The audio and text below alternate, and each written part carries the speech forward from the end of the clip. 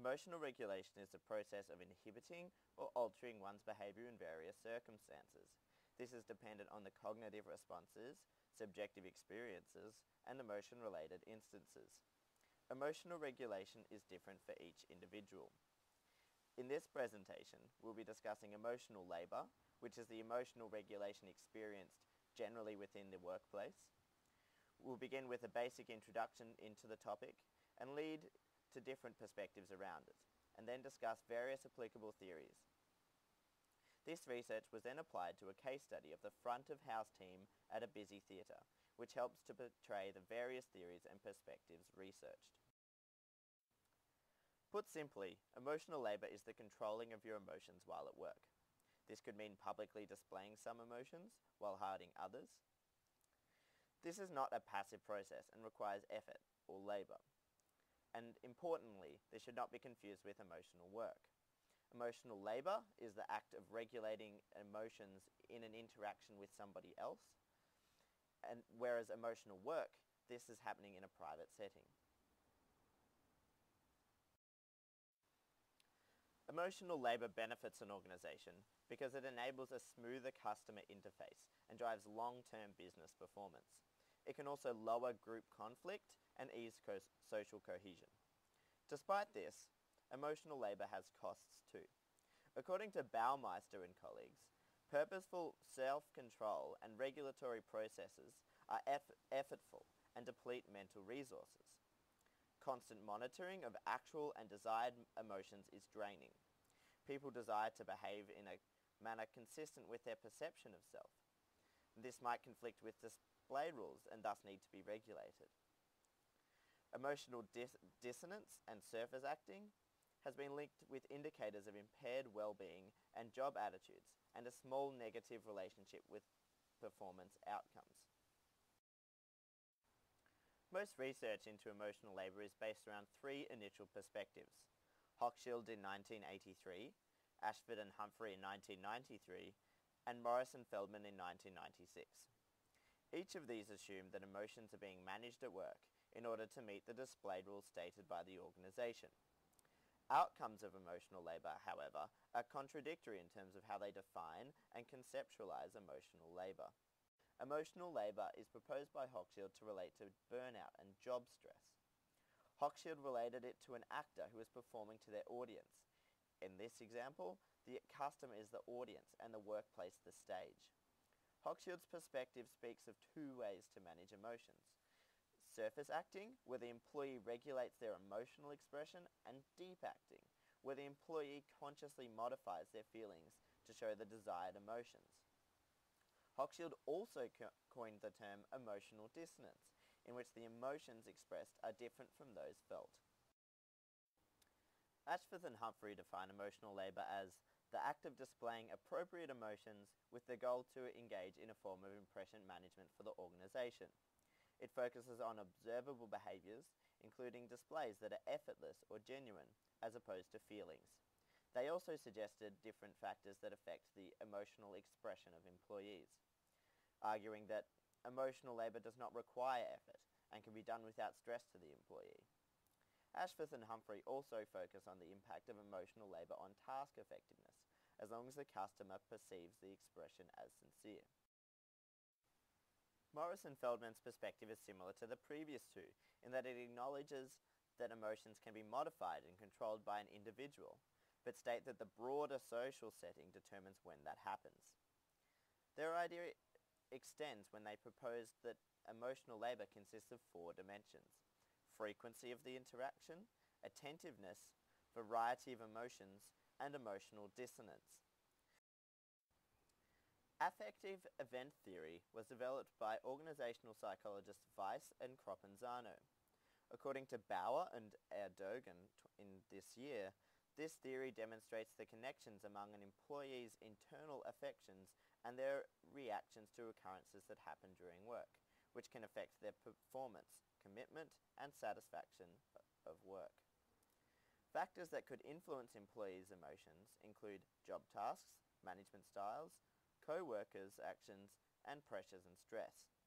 However, different people have different emotional reactions to diverse events at work, which means the same events occurring to different people could generate either positive or negative actions and reactions, which might or might not be beneficial for the organization. Display rules have traditionally been viewed as precursors to the negative affective state of emotional dissonance, as they establish situations that expect emotional display which is contrary to the felt emotion of employees. These rules show adequate clarification for employees to behave in an acceptable manner, which may be contrary to their inner feelings, values, and attitudes. This could be seen in customer service jobs, where the employees are generally bright and bubbly, versus walking into a courtroom where lawyers are more aggressive and assertive. Hochschild stated, "When deep gestures of exchange enter the market sector and are bought and sold as an aspect of labour power, feelings are commoditized. This commoditization, where the organization controls something as personal as emotions, is suggested to be unpleasant to the employee. Because of this unpleasantness and the effort it takes to maintain the job satisfaction and performance model can be defined as the pleasurable emotional state resulting from the appraisal of one's job as achieving or facilitating the achievement of one's job values." From Locke, 1969. It has three components: emotional, a person's feelings about the job; beliefs in regard to the job; and behavioral, people's actions regarding their job. Job satisfaction can be caused by the long-term accumulation of emotional experience during work, which is a critical factor that contributes to employees' retention or abstinence from work. The theatre is a busy place, with 2,000 patrons a night who all expect to have a grand experience. This idea is enforced on ushers on a nightly basis. The expectation is to go above and beyond in order to help patrons, and at the same time to be alert to those who might be causing a disruption. Surveys were conducted of a sample of ushers from various backgrounds, ages, genders, and occupations to provide an idea into the typical usher's experience based on emotional labour in the workplace.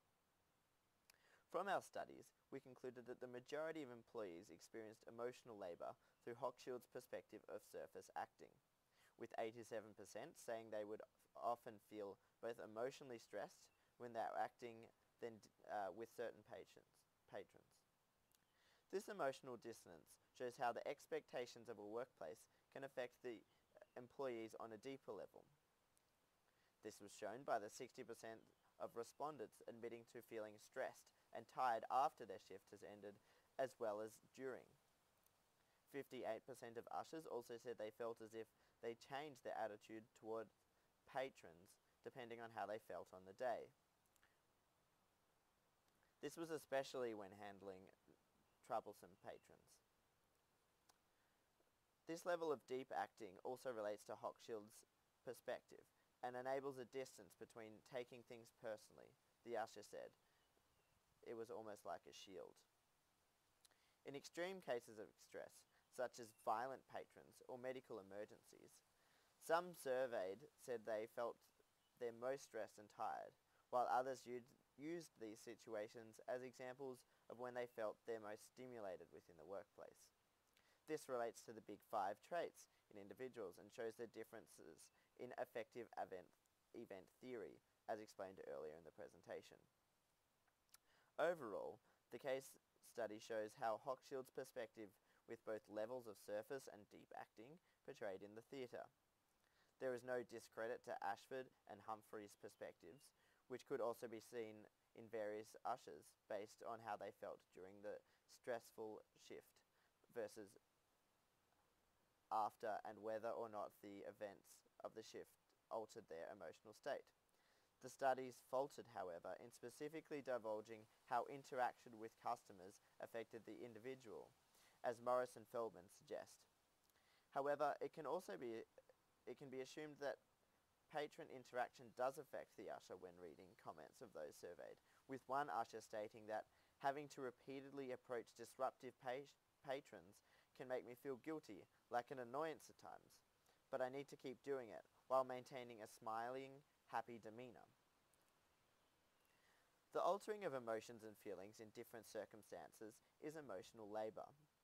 The differences each employee felt while doing this relates to emotional regulation. This study shows how individuals react to regulation differently. The study also shows how the individual regulation differs from person to person, but also day to day. Emotional labor, controlling your emotions in the workplace, is just one aspect of emotional regulation experience, and it is still being studied for further understanding into how it differs to each individual. Thank you.